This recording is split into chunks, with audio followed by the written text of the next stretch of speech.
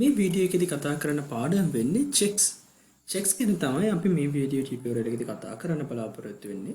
අපි පහුගිය exam papers analyze කරගත්තාට පස්සේ exam papers එක analyze කරලා ගත්තාම bills of exchange යටතේදී checks වලට අන්තිම papers කිහිපෙදීම වෙනම ප්‍රශ්නයක් අහන මට්ටමට වෙනම ප්‍රශ්නයක් විදිහට ලකුණු 16ක ප්‍රශ්නයක් අහන මට්ටමට checks වලට වැඩි නැඹුරුතාවයක් දීලා තියෙනවා.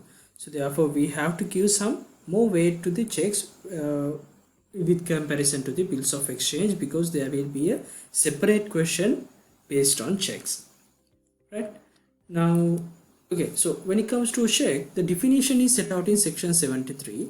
It says check is a bill of exchange drawn on a banker payable on demand. Check එකක් කියලා කියන්නේ bill of exchange එක කුවමාරු කළ හැකි ලියවිල්ලක් ගණතුණු කළ හැකි ලියවිල්ලක්. එතකොට bill of exchange වලදී bill of exchange වර්ගයක් තමයි එතකොට check එකක් වෙලා තියෙන්නේ. මේකේ විශේෂිත කාරණාවක් තියෙනවා. It is drawn on banker payable on demand. බැංකුවකට තමයි මේ check එකක් එහෙමත් නැත්නම් bill of exchange එකක් ලියන්නේ demand කරනවා මේ check එකට මේ document එකට ගෙවීමක් කරන්න කියලා. අන්න එවැනි දෙයකට bill of exchange එකක් බැංකුවකට ලියනවා නම් මේක මේ document එකට මේ instrument එකට ගෙවීමක් කරන්න කියලා. අන්න එහෙම දෙයකට section 73 දී section 73 යටතේ කියනවා check එකක් කියලා. Now when it comes to the major difference between a check and a bill of exchange is when it comes to a bill of exchange it can be drawn to any person, but when it comes to a check the difference is instrument has to be drawn on a banker, it cannot be drawn to a particular person. So that is the major difference when it comes to a check and a bill of exchange. Now when it comes to the parties to a check, there are three types of parties you may identify under a check. There is a drawer, there is a person called drawee, and there is a person called payee. Drawer is the person who makes the check or person who writes the check. Drawee is the always a specified bank, and payee is the person whom the amount is payable. Now if we take for an example, there is a person called drawer, he writes a check and he signs, and there is a bank called, let me see, bank ABC. So in this check he writes at ABC bank. Now he drawn a check to the bank, and there is a person called payee, and payee's name is written in here, and the drawer directs the bank to pay to this particular person this particular amount of money, right?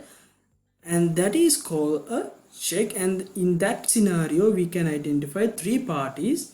There is a person who writes it, he called as drawer, and there is a person who will be benefited from it, and he is called the payee, and there is a person called drawee, the person who it always be a bank, the person who's directed by, or as we said in here, demanded to be paid under the directions of the drawer. Drawer කෙනෙක් check එකක් ලියනවා බැංකුවේ නමකට.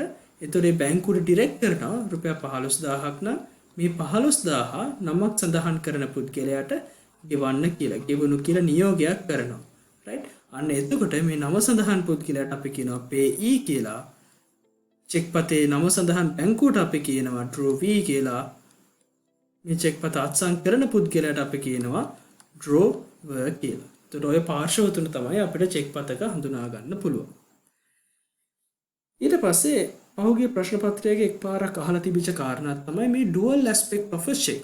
check එක තියෙන dual aspect එකක්. It has a dual role. The one side of a check is it is subject to the bills of exchange ordinance and considered as a negotiable instrument. මේක හුවමාරු කළ හැකි ලියවිල්ලක්. එක්තරා පුද්ගලයෙක් check එකක් ලිව්වා නම් ඒ check එක තවත් කෙනෙක්ට හුවමාරු කරන්න පුළුවන්. මේ check එක තවත් කෙනෙක්ට හුවමාරු කරන්න පුළුවන්. මේ ආදී විදිහට මේ check එක ඕනෑම පිරිසක් අතරේ හුවමාරු කරන්න පුළුවන්. මේක හුවමාරු කළ හැකි ලියවිල්ලක්. It is a negotiable instrument.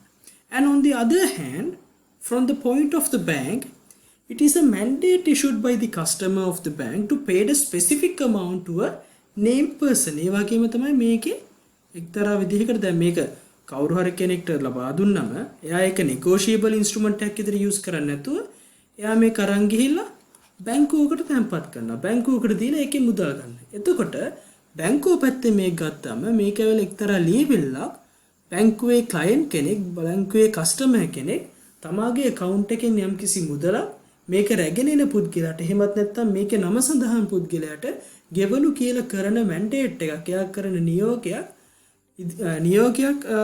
නියෝගයකට කටයුතු කිරීමක් පේමන්ට් එකක් කිරීමක් මෙන්න මේ චෙක් එකෙන් එනවා. එතකොට කෙනෙක්ට චෙක් එකක් ලැබුණම එක්ක ඔයාට පුළුවන් ඒ අදාළ චෙක් එකම තවත් කෙනෙක්ට දෙන්න. ඒක negotiable instrument එකක් විදිහට use කරන්න. එහෙමත් නැත්නම් එයාට පුළුවන් එක බැංක් එකට දීලා බැංක් එකට කරපු නියෝගයක් විදිහට ඒ අදාළ මුදල් ලබා ගන්න. එතකොට චෙක් එකක dual aspect එක ඔන්න ඔය කියන කාරණාව. On one hand it is a negotiable instrument and the other hand it is a mandate issued by a customer to make a specific amount to a specific person. Right? Now let me quickly go through the advantages of a check. That is general knowledge. You can think and write the advantages of a check, and in the examination this will not be exactly tested. They won't be asked about the advantages, but for your knowledge it is important to know the advantages of a check. Right? Now one of the advantages, it dispenses the need to keep cash in the hand. Now you don't need to keep the cash in the hand because you can always write a check or you can carry out a checkbook. So easily without carrying out the money you can buy or make into transaction by giving a check.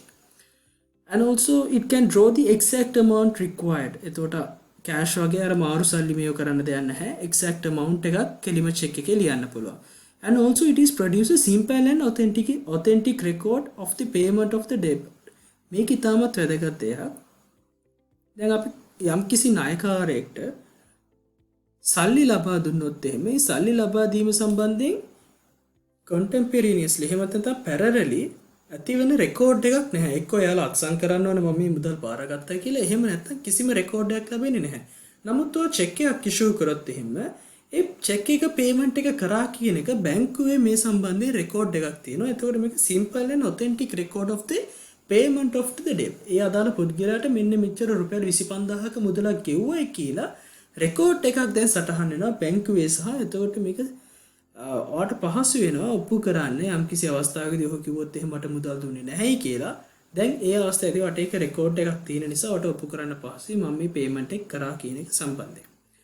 And also it shows the transparency of your organization. ඒතර transparency of organization උනාට හැමතිස්සෙම bank details වල තියෙනවා කරපු payments ලැබිච්ච income. ඒ නිසා check එකකින් මේ දේවල් සිද්ධ වෙනකොට transparency එකත් ආරක්ෂා වෙනවා. And also one of the very important advantages for a check is you can issue post-dated checks. Now we are going to learn about post-dated checks in the later on this video. And also for the safety of the parties, check will be very important. Rather than this is connect with the first advantages. You don't need to keep cash in your hand, so therefore your safety will be okay.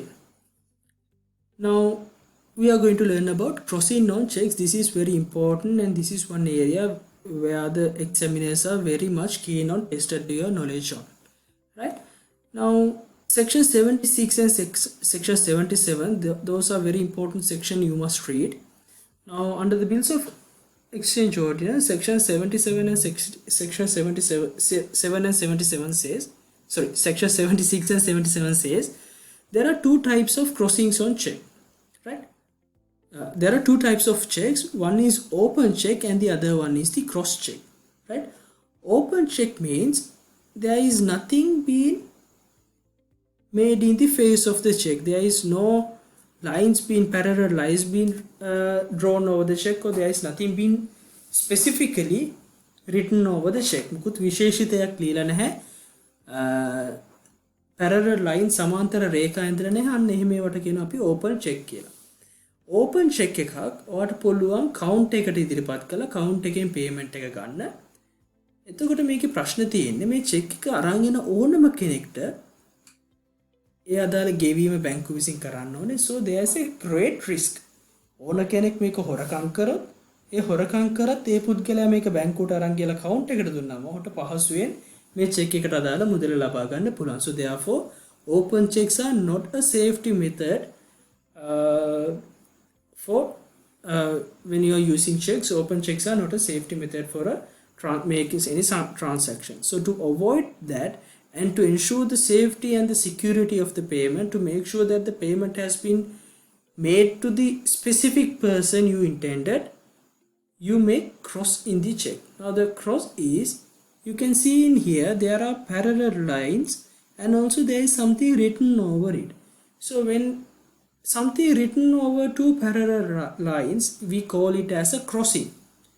If you write parallel lines and if you write something on it, we call it as a crossing. Now this has been introduced by the banking community to avoid the risks of open checks. Now open check can be made to the counter and get the payment, but cross checks cannot be done like that. It protect the interest of the genuine holder. එතකොට අර හොරකම් කරගෙන ආවත් එයාට ඒක ගන්න බෑ.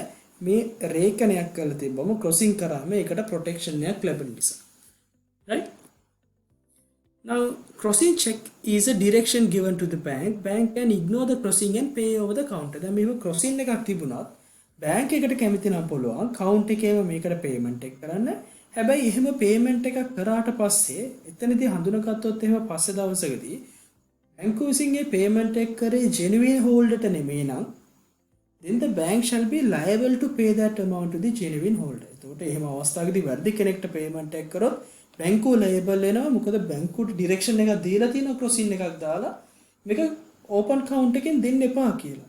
එහෙම කියද්දි ඕවර් ද කවුන්ට් එකේ පේමන්ට් එකක් කරනවා නම් ඒ ලයබිලිටි එක බැංකුව විසින් දරන්නට ඕනේ. Okay, so open check සහ cross check කියන කාරණා දෙක උතනින් අපිට කතා කරන්න තියෙන. ඊට පස්සේ අපි cross check ගත්තාම cross check නැවතත් වර්ග දෙකකට බෙදෙනවා, general crossing සහ special crossing කියලා. දැන් අපි බලමු මොකද්ද මේ general crossing සහ special crossing කියන්නේ කියලා. section 76 එකේ කියනවා general crossing එක කියන්නේ මොකද්ද කියලා. where a check bears across its face an additional two parallel transverse lines either with or without the word not negotiable, the addition constitute a crossing. That check is generally crossed. Right? general crossing කියන්නේ සාමාන්‍ය රේඛනයක් කියලා කියන්නේ parallel lines දෙකක්, සමාන්තර රේඛා දෙකක් එක හා සමාන්තර වැඳලා ඒකුඩ ලියනවා නම් not negotiable කියලා. එහෙමත් නැත්නම් account pay only කියලා. නැත්නම් මුදලක් දානවා. නැත්නම් එහෙම මුකුත් ලියන්න නැතුව නිකම්ම සමාන්තර රේඛා දෙකක් ඇඳලා තියෙනවා නම් අපි ඒකට කියනවා general crossing එකක් කියලා. හැබැයි මේ general crossing එකක බැංකුවක නමක් ලිව්වොත් එහෙම අන්න ඒක ඒ වෙලාවේදී special crossing එකක් බවට පත් වෙනවා. අපි මේ crossing වර්ග ගැන ඊට පස්සේ කතා කරමු. දැනට idea එකක් ගන්න general crossing එකක් කියන්නේ මොකද්ද, special crossing එකක් කියන්නේ මොකද්ද කියලා. එතකොට section 76 එකට යනවා parallel lines දෙකක් තියෙනවා නම් ඒ lines යටතේ මොකක් කර වාක්‍යයක් ලියලා තියෙනවා නම් බැංකුවක නමක් හැරුණම වෙන ඕනම දෙයක් ලිව්වොත් එහෙම ඒකට අපි කියනවා general crossing එකක් කියලා. special crossing එකක් කියලා කියන්නේ in addition to the name of the bank either without the word negotiable. එතකොට not negotiable කියන වචන වලට අමතරව මේකේ name of the bank බැංකුවක නමක් සඳහන් වෙනවා නම් අන්න ඒකට අපි කියනවා special crossing එකක් කියලා. මේක සඳහන් වෙනවා section 76 දෙක යටතේ. The addition constitute a crossing and the check is crossed specially and to that bank. එතකොට මේක සාමාන්‍ය රේඛනයකට එහා ගිහිල්ලා not negotiable, හැබැයි ඒ වගේම මෙන්න මේ බැංකුවට විතරයි දාන්නත් පුළුවන්. right? දැන් අපි general crossing එකේදී ගත්තා account pay only කියලා. ඒ කියන්නේ මේක මේ බැංකුවේ account එකක් තියෙන. එහෙමත් නැත්නම් මේ බැංකුවේ account එකට විතරයි දාන්න පුළුවන්, cash අතර ගන්න බෑ. එතකොට මේ account pay only cross check එකක් තියෙනවා නම් මේ bank check එක ලියන පුද්ගලයාගේ account එකට විතරයි සල්ලි දාන්න පුළුවන්. එතකොට එතනදී යට protection එකක් දීලා තිනවා. දැන් එතනින් එහාට කියලා special crossing එකකදී account pay only people's bank. එතකොට මේ account pay only account එකකට දාන්න පුළුවන්, හැබැයි account එකට දාන්න පුළුවන් people's bank එකක විතරයි. මේක තවදුරටත් අපිට special crossing එකක් දාලා තවදුරටත් protection එකක් දෙන්න පුළුවන්. account pay only account එකට විතරයි සල්ලි දාන්න පුළුවන්, දාන්නත් පුළුවන් people's bank විතරයි. ඒක දාන්නත් පුළුවන් people's bank වැල්ලවත්ත branch එකට විතරයි. ඔන්න ඔය විදිහට special crossing එකකදී bank එකක් mention කරලා එහෙමත් නැත්නම් bank එකේ තවදුරටත් branch එකක් mention කරලා මේ චෙක් එකට දෙන්න පුළුවන් ප්‍රොටෙක්ෂන් එක තව දුරටත් වැඩි කරන්න පුළුවන්. Right? So in special crossing, payment only made when it present to that specific bank. ඒ සඳහන් කරලා තියෙන බැංකුවට ඉදිරිපත් කරාම විතරයි payment එක කරන්නේ. ඒ වගේම ඒ අවස්ථාවේදී බැංකුවක ශාඛාවක් branch එකක් නම් කරලා තියෙනවා නම් payment is only made when it present to that specific bank and to that specific branch only. Right? So special crossing gives an additional safety to that particular check. Right? General crossing gives some certain of safety, but when it comes to the special crossing, it gives some more safety to the check or more security to that check. Now we are going to learn about certain few different types of check. Right? Not negotiable crossing. Now this method may be used in both general and crossing. General crossing නොලදීත් special crossing නොලදීත් not negotiable use කරන්න පුළුවන්. එකම වෙනස වෙන්නේ general crossing එකේදී නිකම්ම parallel lines ඇතුලේ not negotiable ලියනවා. special crossing එකක් වෙනවා මේක ඇතුලේ අපි තව බැංකුවක නමක් ලියලා ඒක ඇතුලේ තමයි මේ parallel transverse lines අඳින්නේ. right? සමාන්තර රේඛා ටික අඳින්නේ. Now section 81 says person takes a not negotiable crossing check, he shall not have get a better title to the check than the person from whom he took had. Right? මේ not negotiable crossing එකක් කියලා කියන්නේ basically ඔයාට දෙන warning එකක් මේ check එකට හොඳ අයිතියක් නැහැ කියලා. Right? ඒතර not negotiable crossing එකක් ඔයාටම ලියුවොත් ඇරෙන්න එතනින් එහාට වෙන කෙනෙක්ට ඔයාට පවරන්න බැරි වෙන්නයි මේ check එකක් ලියන්නේ. එතකොට කවුරු හරි පුද්ගලයෙක් ඔයාට not negotiable crossing එකක් දෙනවා නම් ඒකෙන් ඔයාට තේරුම් ගන්න කියන දේ මේක හුවමාරු කරන්න බෑ. මේක ඔයාට මේ දෙන්න හදන පුද්ගලයාට දීලා තියෙන හුවමාරු කරන්න බැරි වෙන්න. එහෙනම් මේක ගන්න එපා කියලා warning එකක් තමයි not negotiable crossing එකකදී කරන්නේ. මොකද එතනදී වෙන වැදගත් කාරණාව තමයි ඔයා not negotiable crossing එකක් තියෙන check එකක් අරගත්තොත් ඒ අරගන්න අවස්ථාවේදී ඔයා මේක අරගත්ත පුද්ගලයාට හොඳ අයිතියක් තිබුණේ නැත්නම් ඊට වඩා හොඳ අයිතියක් ඔයාට ලැබෙන්නේ නැහැ. උදාහරණයක් විදිහට මේක අරගත්ත පුද්ගලයාට මේක ලැබිලා තියෙන හොරකම් කරපු කෙනෙක්ගෙන් නම් ඔයාට මේක දෙන පුද්ගලයාට ලැබෙන්නේ හොරකම් කරපු කෙනෙක්ගෙන් ලැබෙන defective title එකක්. ඔයාට ලැබෙන්නේ එතකොට ඒ defective title එකක්මයි. ඔයාට හොඳ title එකක් ලැබෙන්නේ නැහැ. ඒ නිසා not negotiable crossing එකකදී warning එකක් ඔයාට දෙන්නේ මේක ගන්න එපා කියන තැනට. Right? So it says not negotiable crossing එකකදී he shall not have get a better title to the check than the person from whom he took had. එතකොට ඒක දෙන කෙනාට වඩා හොඳ title එකක් නැහැ කියන warning එක දෙන්නේ ඔයා ගොඩක් පරිස්සම් වෙන්න ඕනේ. not negotiable check එකක් ගන්නකොට බොහෝ අවස්ථාවලදී not negotiable checks බොහෝ පිරිස් accept කරන්නේ නැහැ අලුත් check එකක් ලියන්න කියලා කියනවා. Right? Account payee crossing කියලා කියන්නේ this ordinance does not recognize these types of crossing. ordinance එකේ මේ not negotiable crossing කියන එක තමයි පිළිගන්නේ. account payee crossing කියලා එහෙම crossing වර්ගයක් කියන්නේ ordinance එකේ සඳහන් වෙන්නේ නැහැ. නමුත් banking community එකේ තියෙන practice එකක් තමයි මේ account payee crossing කියලා කියන්නේ. මේක ඉතාමත් highly secured type of check crossing එකක්. The amount can be only deposited in the account of the payee. එතකොට මේ payee ගේ account එකට විතරයි දාන්න පුළුවන්. ඒතකොට මේකේ තියෙන safety එක තමයි account එකක්. ඒ අදාළ bank එකේ account එකක් නැති කෙනෙක්ට බෑ මේ check එක හුමාරු කරන්න, check එක negotiate කරන්න, check එක සල්ලි කරගන්න. ඒතකොට එයාට අනිවාර්යෙන් බැංකුවට දාන්න වෙනවා. බැංකුවට check එක දානකොට ඒකට තියෙන protection එක වැඩි වෙනවා. මොකද එයාගේ identity එක ensure වෙනවා බැංකුවේ account එකට සල්ලි දානකොට.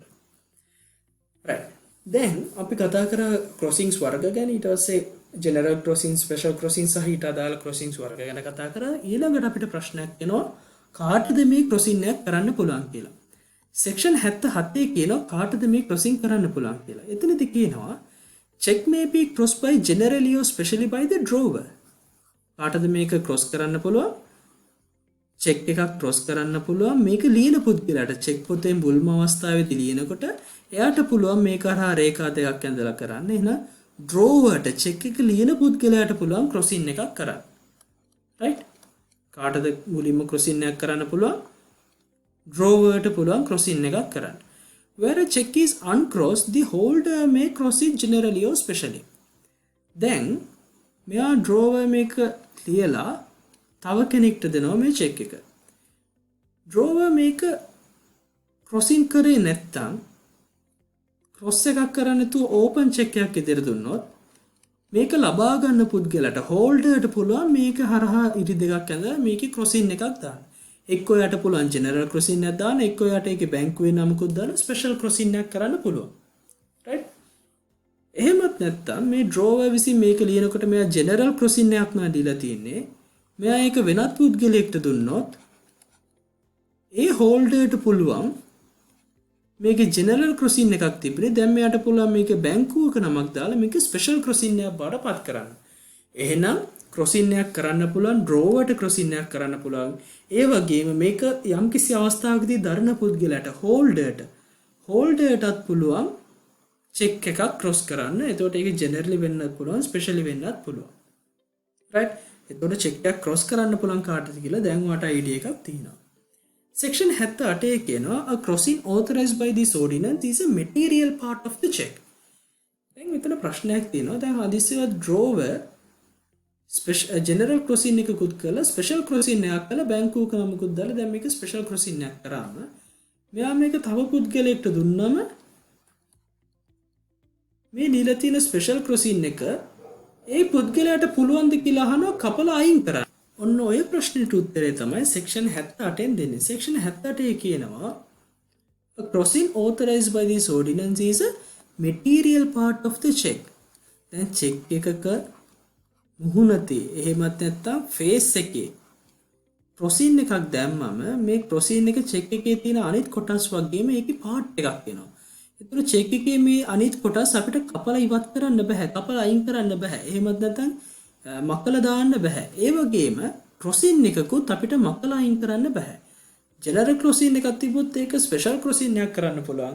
නමුත් ක්‍රොසින් එකක් තියෙන එකක් මකලා අයින් කිරීමේ හැකියාවක් නැහැ. මොකද ඒක මැටීරියල් පාර්ට් එකක් නිසා. So if someone try to obliterate it, then it shall be unlawful and it shall not be lawful for any person to obliterate or except as authorized by the ordinance to add or alter the crossing. මේ alter crossing එකට දේවල් add කරන්නවත් alter කරන්නවත් බෑ මේ ordinance එකේ කියලා තියෙන විදිහට හැරෙන්න. right?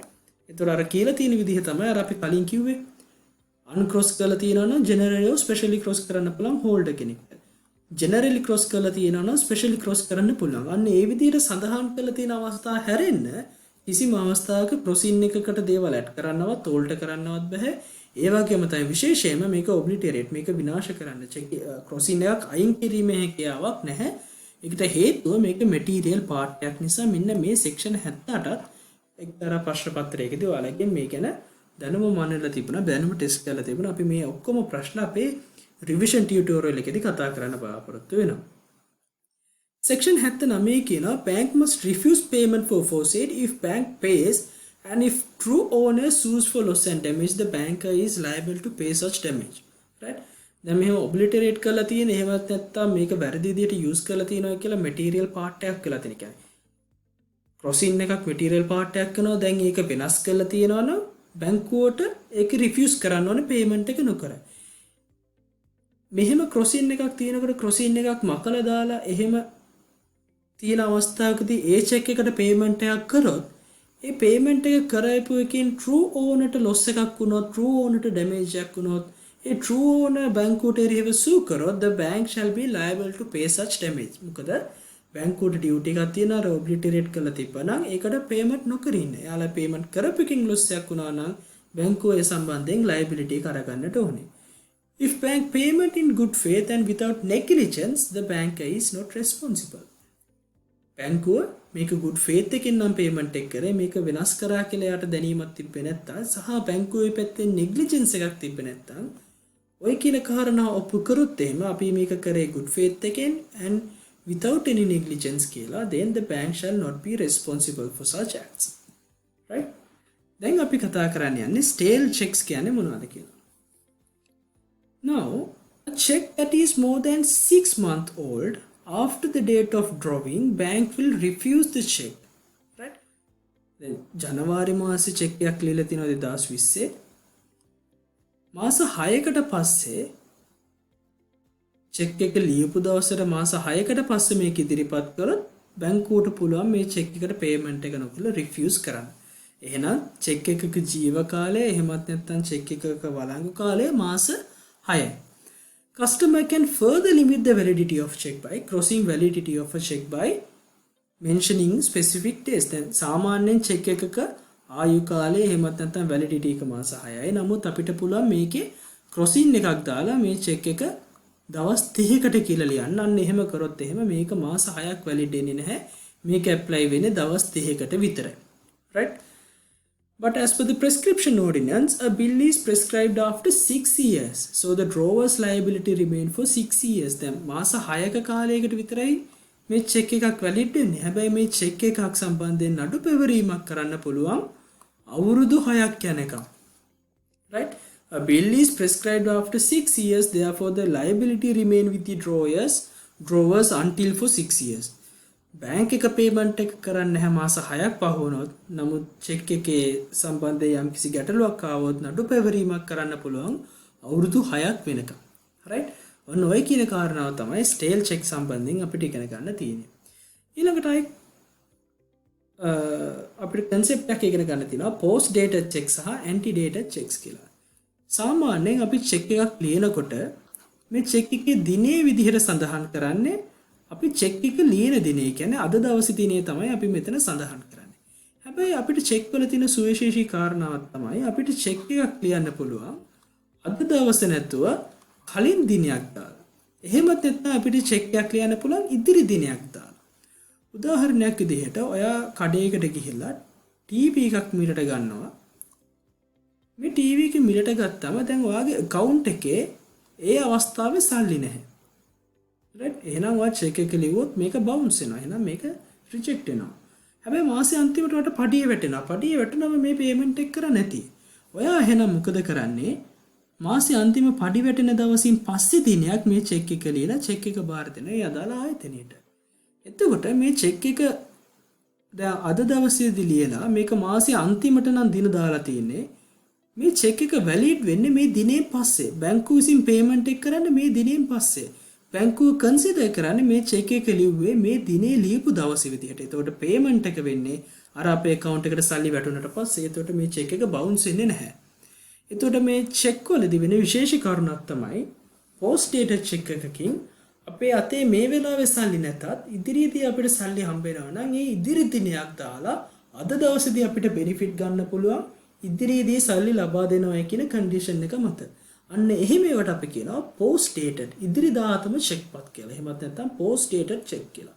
anti dated check කියන්නේ ඒකෙම අනෙක් පැත්ත ඉදිරි දිනයක් නෙමෙයි ගෙවිච්ච පරණ දිනයක් දාලා අපි චෙක් එකක් ලියනවා. මේ දෙකම post dated සහ anti dated check කියලා කියන්නේ අපේ general rule එකට එහා ගියපු exceptional අවස්ථා දෙක. generally අපි චෙක් එක දිනේ විදිහට සටහන් කරන්නේ චෙක් එක ලියන දවසමයි.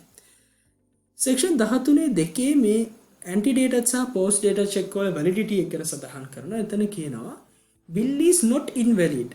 invalid වෙන්නේ නැහැ කියලා කියනවා by reason only that it is a anti dated or post dated check. යම් චෙක් පතක් ඉදිරි දිනයක් දැම්මා කියලා හරි පස්සේ දිනයක් දැම්මා කියලා හරි ඒ හේතුව මත චෙක් එකක් ඉන්වැලිඩ් වෙන්නේ නැහැ. එහෙමත් නැත්නම් ඉරිත දිනයක් දැම්මා කියලාවත් ඒ චෙක් එක ඉන්වැලිඩ් වෙන්නේ නැහැ. right? ඉතින් ඔන්න ඔය කියන කාරණාව තමයි අපිට post dated සහ anti dated check වලට දැනගන්න තියෙන්නේ. ඊළඟට අපි ඉගෙන ගන්න concept එක තමයි countermanding payment of check.